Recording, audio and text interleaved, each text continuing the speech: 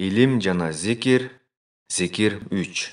Жабир радиаллаху анхудан риваят. Пайгамбар саллаллаху алейхи вассалям айтат: Куран деген ушундай коргоочу, анын колдоосу жан тартканы, тагыраагы болушканы жана талашып тартышканы кабылданат.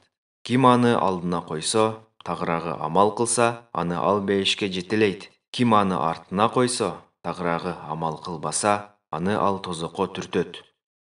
Жабир радиаллаху анхудан риваят. Пайгамбар саллаллаху алейхи вассалям айтат: Куран деген ушундай коргоочу, анын колдоосу жан тартканы, тагыраагы болушканы жана талашып тартышканы кабылданат.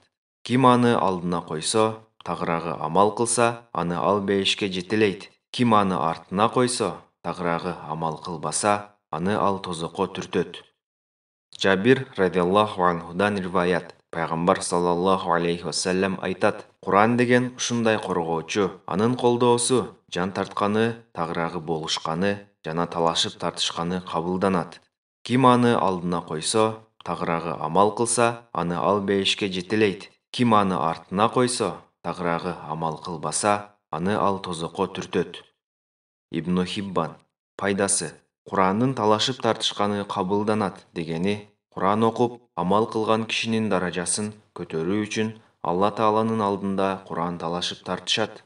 Ал эми окубаган кишини менин акымды эмне себептен берген жоксуң деп талап кылат.